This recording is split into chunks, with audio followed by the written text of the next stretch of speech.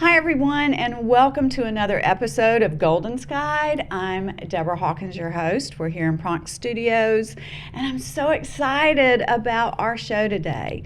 I have wanted to work with this young lady for, I don't know, maybe over a year now, and it's finally happened. I finally get to interview her, and you get to hear more about her, and I'm hoping she and I get to work together more in the future. Well, the person you're about to meet is Marissa Cunningham. She is an ACE certified group fitness instructor, a personal trainer, and a wellness coach. She's on a mission to inspire healthy living one body at a time. And I love that she actually started this journey when after her pregnancy, and she went through postpartum, and I think that's something really important. And I love to hear people's story as to how they got started. So with that, welcome, Marissa. Hi, thank you for having me. I'm so glad you're here. I am too. I mean, I knew the moment I met you, I was like, somehow, some way, we are going to connect and work together. And I think at the table that day, we wanted to. It was just other circumstances didn't work. So it's great to have you here. Well, thank you and for you look having me. beautiful Oh, as thank ever. you. And I'm so excited to talk about your program. And I know, there are a lot of wellness instructors out there, and I know you do yours a little bit different.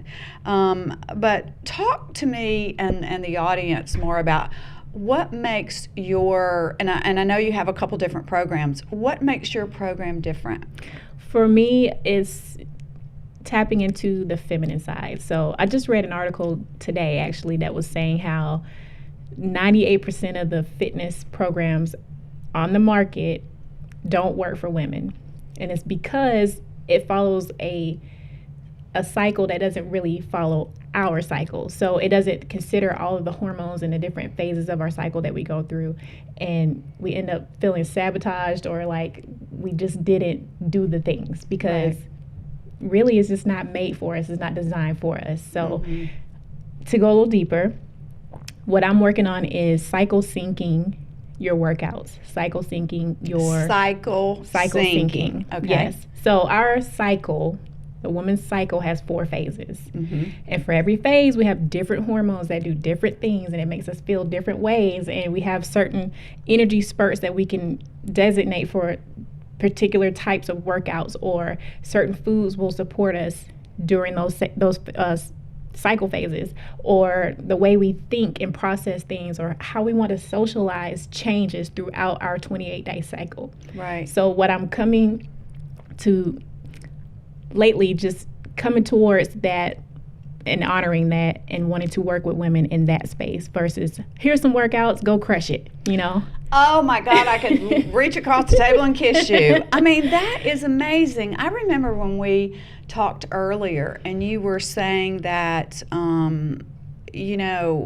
we can have a really great week working out, and then all of a sudden for like a week, we can't get to the gym, we feel exhausted, we're fatigued, and then of course the cycle starts where we beat ourselves up. And what you told me, I mean, I've already told like 3 of my girlfriends because it gave me such relief. So would you tell the audience what you told me? Yes, exactly. You get to the part of your cycle where you have the most energy. It's your maximum energy, right? It's your second phase of your cycle. You got tons of energy. You want to do the HIIT workouts. You want to do all the stuff and the extra sets that the trainer gives you. You got tons of energy, right? And then that following week, when you hit your third phase of your cycle, you're like, oh man, my energy's starting to fade a little bit. I might be able to do 2 sets of that thing we were doing. And then it gets to where you come to the 4th phase of the cycle and you have no energy and you're like, well, I was crushing it last week. What happened this week? That's where we have to show ourselves grace. First of all, honor what we're going through. And amen, sister. Oh my gosh. Honor that part of the cycle and say, this is where I'm at. So let me just live in that and let me give it what it needs. Let me give myself what it needs right now. That could be taking a walk with a dog. You don't have to crush it every day. Yeah.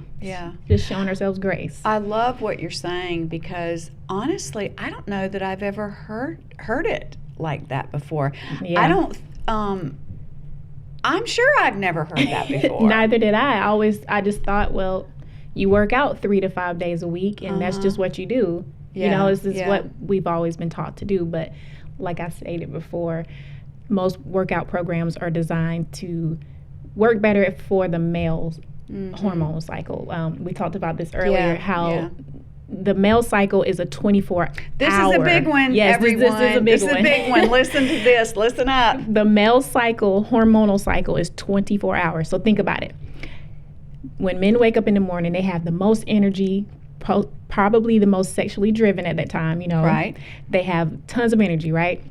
They go through we're their day. over there We're over like dragging ourselves out of the bed to get the breakfast ready, right? Yeah. Then they go through their day. They come to the midday, lunchtime. This is when they're most social. They go out to lunch meetings. They have meetups with coworkers or make business deals, whatever, during the middle of the day.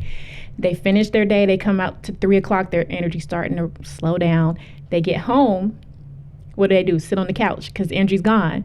Then they go to bed, and it's like as soon as my husband hits his head on the pillow and he's already asleep, and I'm over there like, I know, don't you hate that when you watch men do that? Yeah, I'm like, how did you do that? It makes me so mad. I gotta have all the things. I need the essential oils. I gotta have the eye mask. I gotta have the eye mask. Gotta have the eye mask. I need my sounds. Like he can just go to sleep wherever if his, in the chair. His time. Yeah.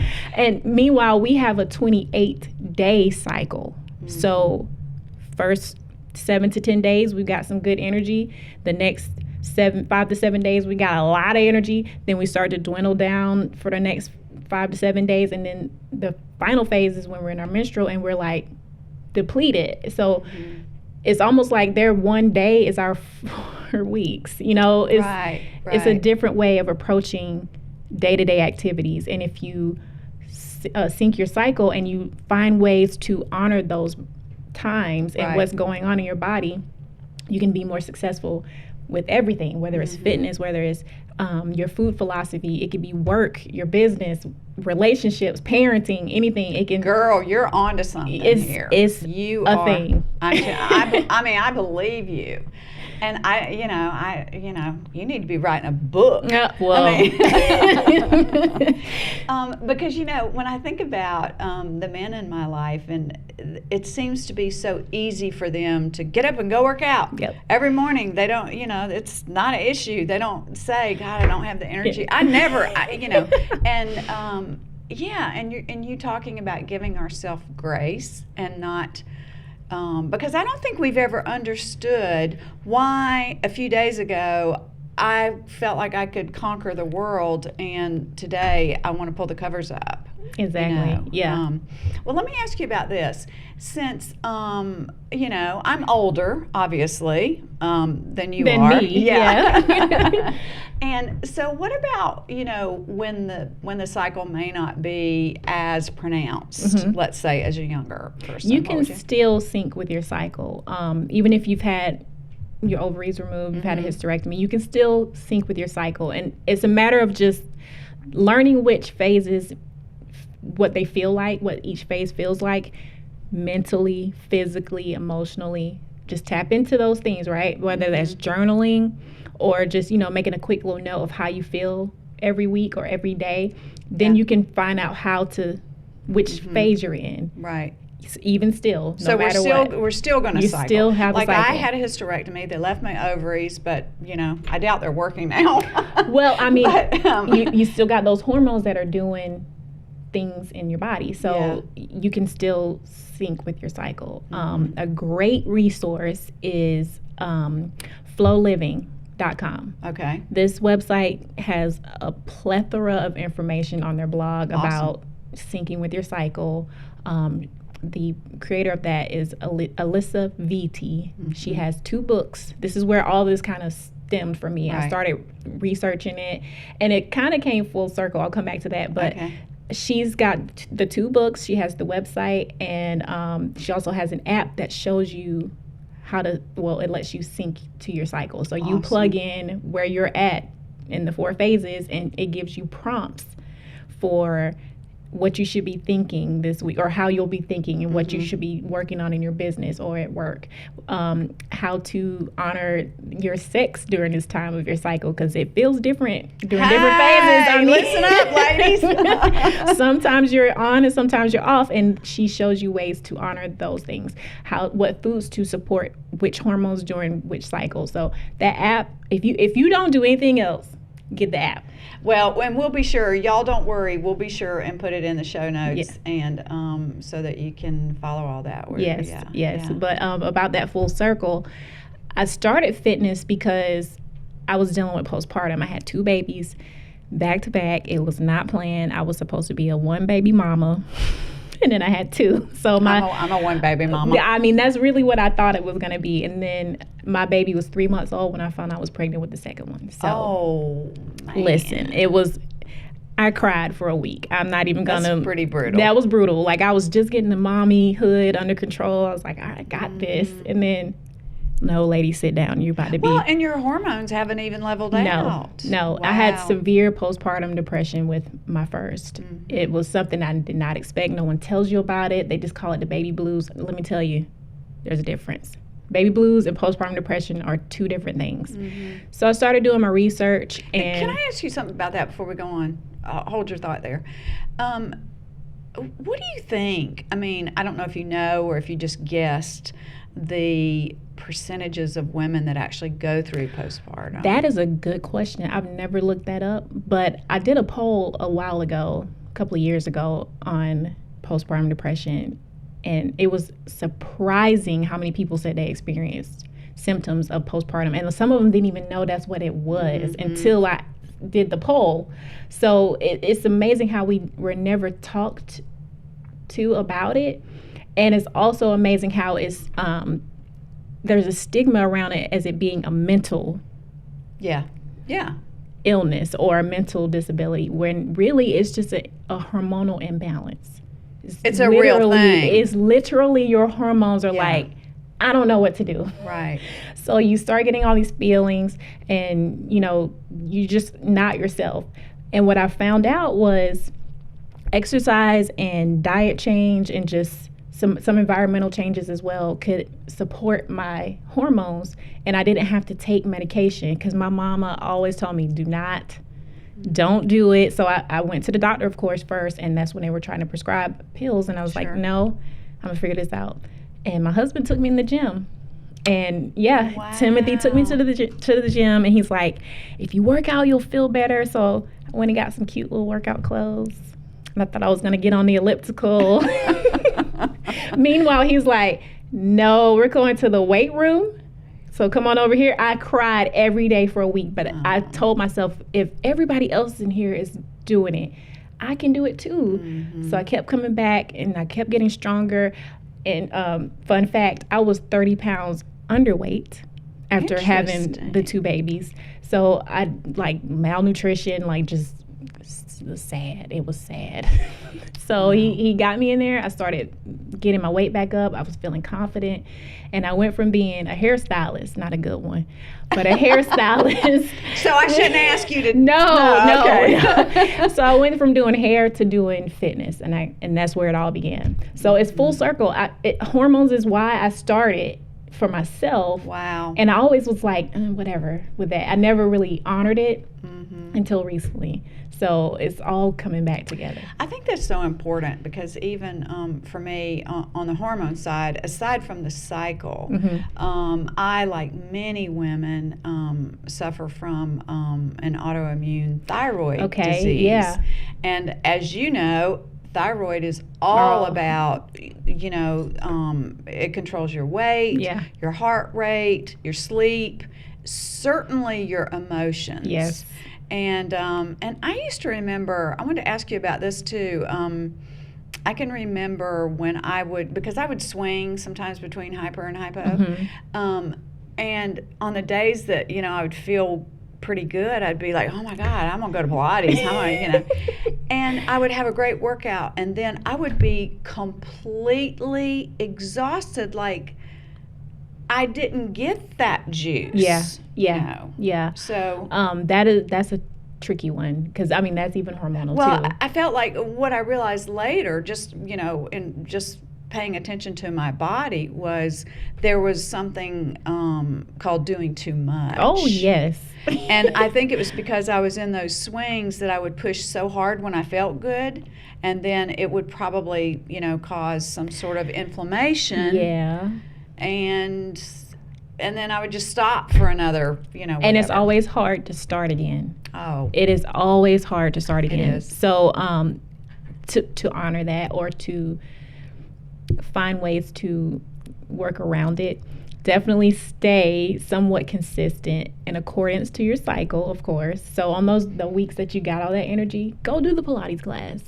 But know your triggers, know when it's like, all right, that's too much. And just dial it back a little bit. But also recovery and repair, rest, recovery, and repair after workouts is more important, I think, than the workouts. Talk more about that, because I don't think, I pay more attention to it now because of the heart situation.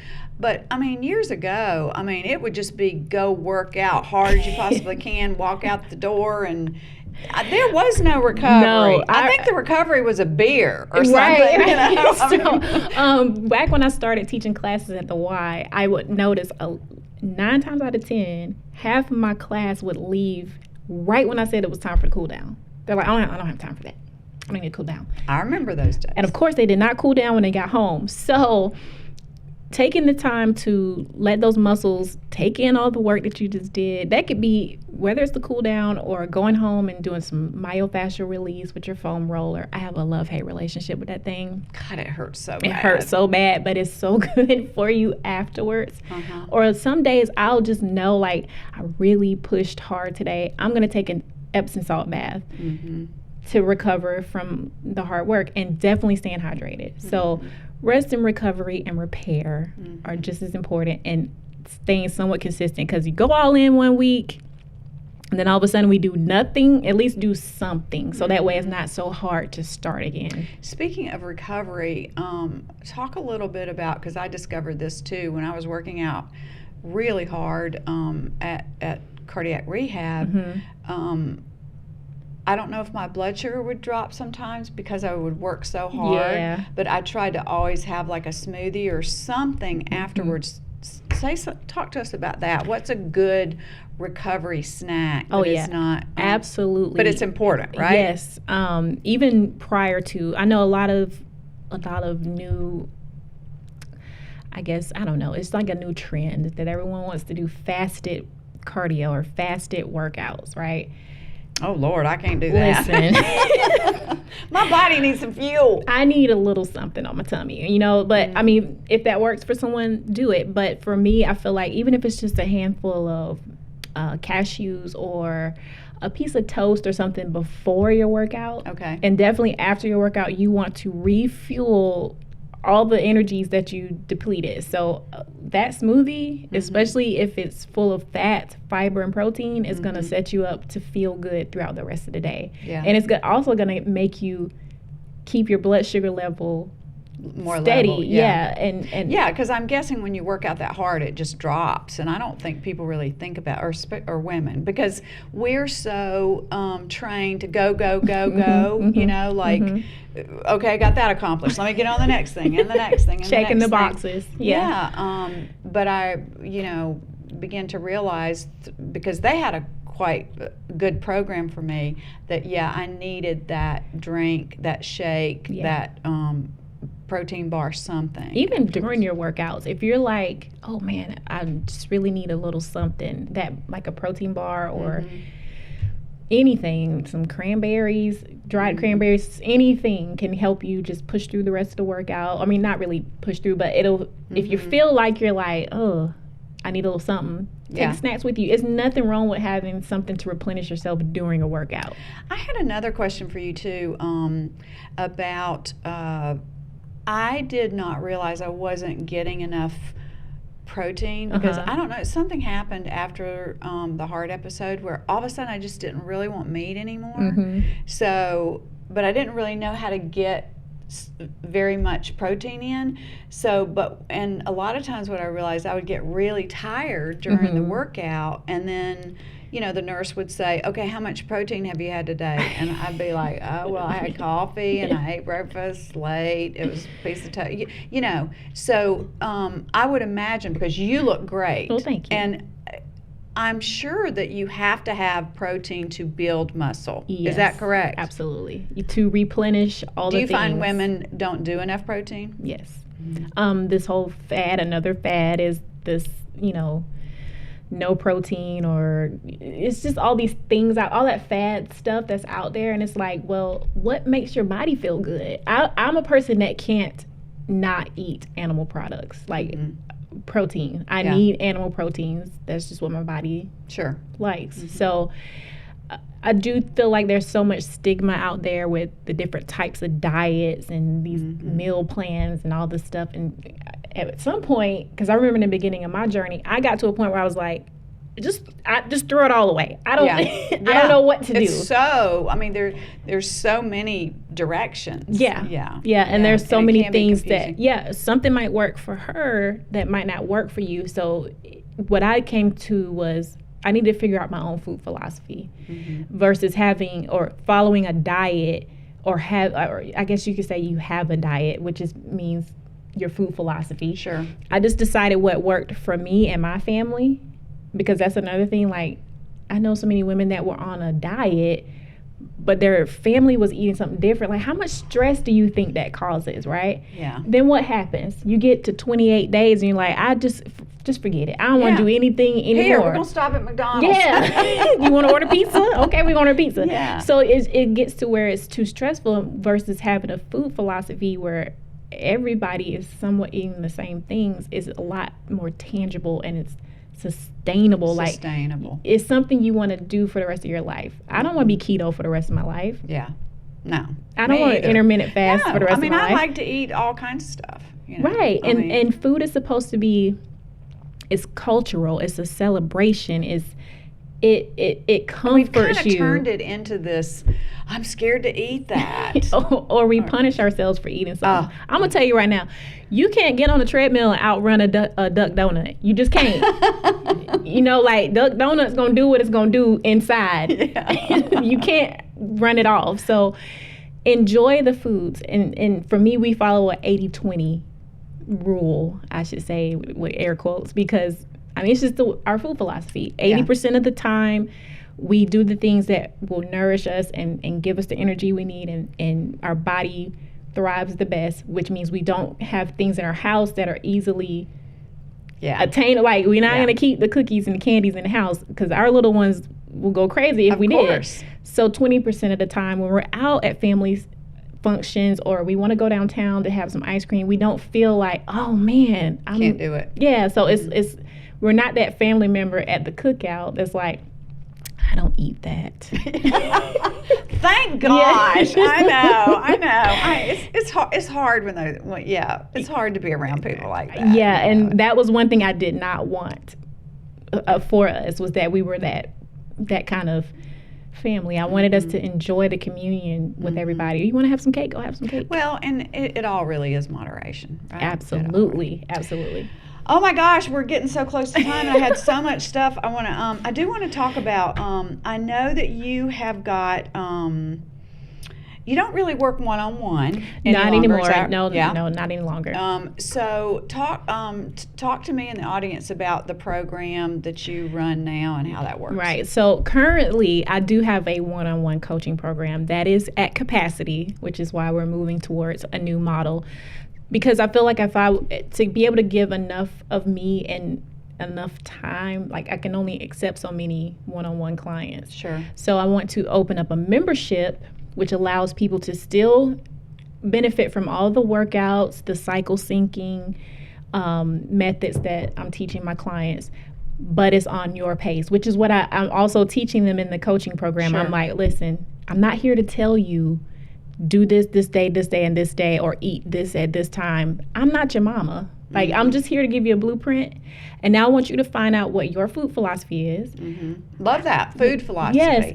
That's such a great, that right there. Yeah. That alone it's the hardest part. I feel like when people come to me for coaching, figuring it's out like what works for you. so sync your own cycle. I don't know when you're on your menstrual. You do. So figure out which workouts to do during those times. I'm just giving you all the things. The blueprint is there. Right. Your workouts are there. Your meal suggestions are there. Oh, good. You do meal suggestions. Meal suggestions, too. yes. Yay. There's recipes and everything, and they are. I live alone, so it's so hard for me because I don't know how to cook for a small amount, and then I don't really want to freeze it, and I'm not a big leftover, and that's probably my biggest thing I struggle with right now. Right. I mean, that is tough. I think everybody. Yeah. Mm-hmm. So you got all the meal suggestions, your workouts. I even give self-care tips and resources to help you sync up with your cycle. And there's a accountability group that we have that, to me, I feel like is the magic. This is where I love that you said that. I even had that written down. Because when we talked before, you said the accountability group is where the magic happens. Yes, because you mentioned how much you enjoyed the nurses, right? Yeah. They kept you accountable. They made you feel like, all right, if I don't show up, nurses. I went. Yeah. The days that I didn't want to go, I went because I knew they were looking for me. Exactly. They're waiting on me. Yes, and if you're in an accountability group, not only am I keeping you accountable by saying, did you plan your workouts this week? But the people that are in the group are also doing the same things that you are. Yeah. Right? They're going to share their wins. Mm-hmm. They're going to talk about things they may be struggling with. They can share a recipe, whatever, anything that might support you. Mm-hmm. And this is where you get to be amongst people that are doing the same thing you are. Because a lot of us don't have support at home, or when I first started, it was pulling teeth to get my husband on board. Like, he was like, where's the Kool-Aid? My little Debbie snacks are gone. Yeah. And I'm like, I threw all of that away. Yeah, so, it takes time to get everybody around you in your circle to kind of jump on board. And there's still people in my family who are like, oh yeah, Marissa do all that other stuff. But having people that are doing it with you, it makes it so much easier. And you feel like there's that support, and that the people are patting you on your back when you're doing good, or they're pushing you out the door when you're not. I mean, I think, and I think, sometimes I feel sorry for guys because I don't think guys are geared to surround themselves with support. But I think women, we're just hungry for it. Oh, yeah. Especially now, I'm starting a women's group.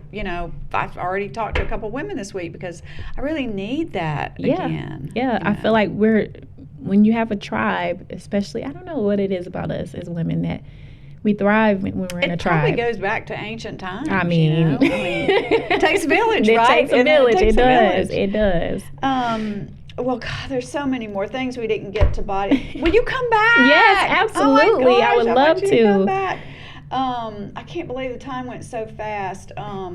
Well, give us 3 of your, what you think, 3 good takeaways for the audience, so that if they are ready to get started or make changes in their workout, or especially begin thinking about cycle stuff, what would be some of your takeaways? Okay, so to go in line with what we did talk about, because we had some things we want to talk about. First, I would say learn how to sync your cycle. Learn the phases of your cycle. So you're going to put the stuff in the show notes. Yes. Second, find out what your food philosophy is. Don't say, well, Susie does keto, so I'm going to do that.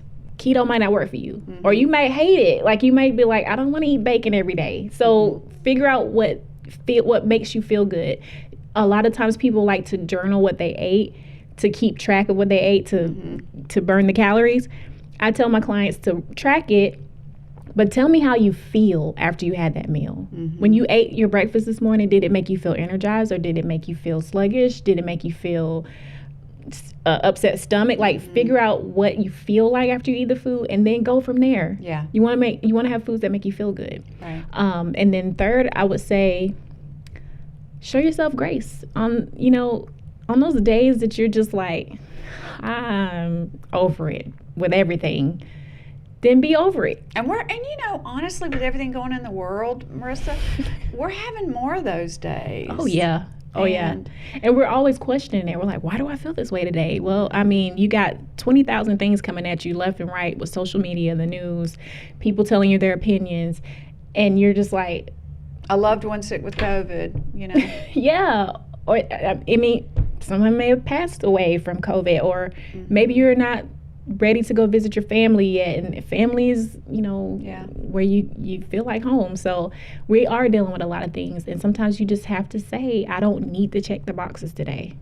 I can just sit here and be by myself. So I can start again tomorrow, and that's okay. Yes, it is okay. Yeah. My son today, speaking of showing grace, I was like in it, and he walks in and he's like, Mommy, do you need a hug? And I was like, actually I don't, but do you? Oh. He's like, well, you look like you're very busy today. And I was like, you know what, we gonna hug it out. Can you send him to my I house? know. Oh, he is a great hugger too. He is such a good hugger. I but love that. He made me actually say to myself, all right, girl, you've been checking the boxes for about 2 hours now, turn it off. So I love that. Moderation. Sometimes the kids are the reminders too. But definitely moderation and showing yourself grace. Yeah, I love that. Yeah. Oh my goodness, this is so fun, y'all. I've got about 20 more things I wanted to talk about.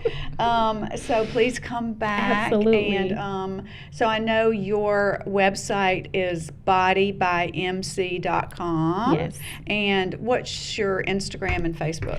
I'm only on Instagram right now. So it's Marissa B, like Barbara Cunningham, is my handle. We'll put that in the notes too. Yeah, that's pretty much where I hang out at. I do a lot of fun reels, and we're starting Caroline Chronicles starts tomorrow, where I discuss for 15 minutes a topic. Awesome. Yeah, so tomorrow's topic is exercise and sex. Hey, well, that should be an interesting show. Yeah. Y'all better tune into that. Oh my goodness, Marissa, I love you so much. Oh, and love you I too. mean, you are just such a bright light. Well, and I thank knew you. that the first time I saw you. You're so beautiful, and you bring such great things to the world, and I know there's even more. Y'all go follow Marissa. Find her on Instagram. We'll put it in the show notes. Look up her website, and because I'm excited about her next program coming up. I'm excited too. So, in the meantime, I always sign off with my theme song is I'm Still Here. All right. So with that, we're still here, guys. We'll see you next time. Thank you so much. I am here after all my tears. I am here facing all my